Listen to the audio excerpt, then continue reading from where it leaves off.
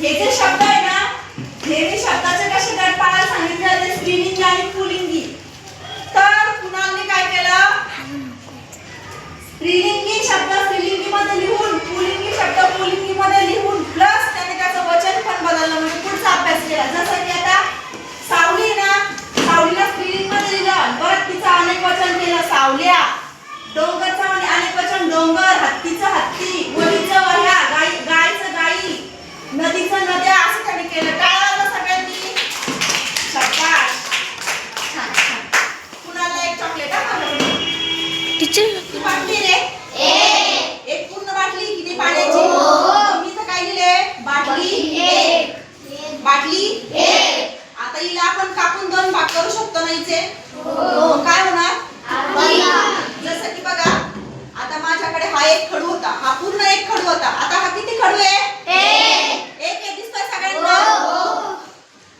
आता अर्धा अर्धा दोन खडू झाले की नाही? अर्धा. म्हणजे आता मी याच्यातला हा खडू इथे टाकून दिला आणि हाच घेतला एवढा भाग फक्त लिहायला, तर अर्धा खडू आहे की नाही माझ्याकडे? मग एक एक वस्तूला आपण असं लिहितो की बा एक खडू आहे, 3 पेन्सिल आहे, 4 पेन आहे, 5 वह्या आहे. पण अर्धा हा पण हिशोब लावतो की नाही आपण? अर्धा भाग, पाऊण भाग, दीड भाकर, 2.5 भाकरी, असं म्हणतो की नाही आपण? आपल्याला जर जेवायचं असेल, थांबा तुम्हाला एक सांगते उदाहरण. आता मम्मीने अशा 2 भाकरी बनवल्या, बोला 2 भाकरी बनवल्या. आता काय गोल दिसतंय का? अशा 2 भाकरी बनवल्या. ही भाकर पूर्ण खाऊन टाकली कुणालने. कुणालने काय केलं? एक पूर्ण भाकर खाल्ली.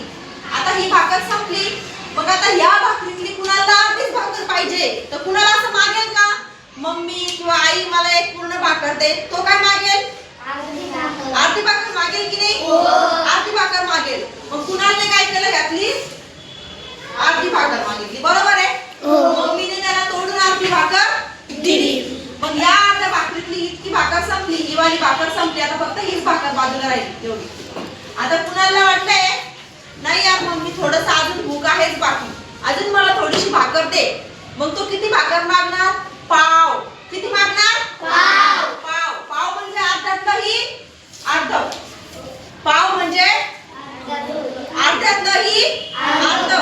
मग आता हे लिहायचं कसं बा? टीचर एक लांब लिहितो एक भाकर, पण याला कसं लिहूया?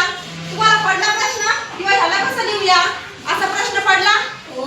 टीचर अर्ध कसं लिहायचं, पाऊण कसं लिहायचं, पाव कसं लिहायचं, हे आता रिव्हिजन चालू आहे. या अगोदर सुद्धा मी तुम्हाला शिकवलं होतं. अपूर्णांक म्हणजे पूर्णांक म्हणजे पूर्ण अंक, आणि अपूर्णांक म्हणजे अर्धे अंक. एक पूर्णांक असतो आणि त्याच्यामध्ये अर्धे पण अंक असतात.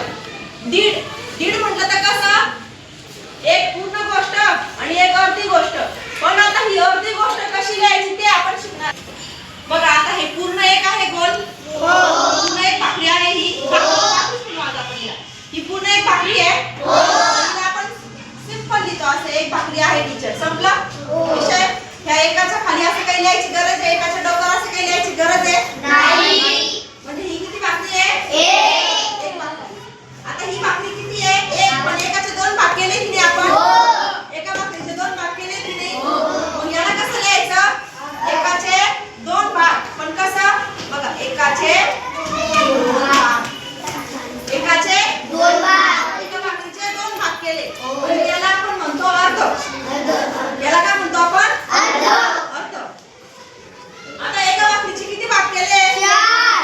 किती भाग केले? 4. याला आपण कसं लिहितो?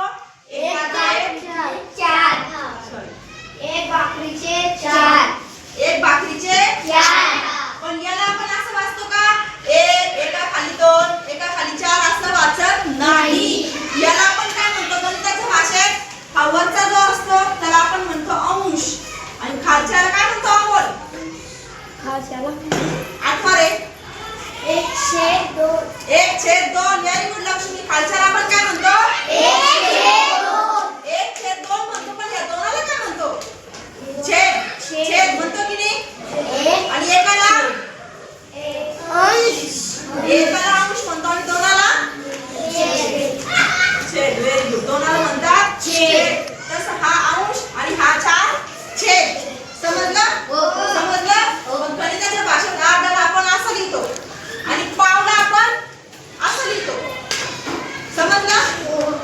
म्हणजे पाव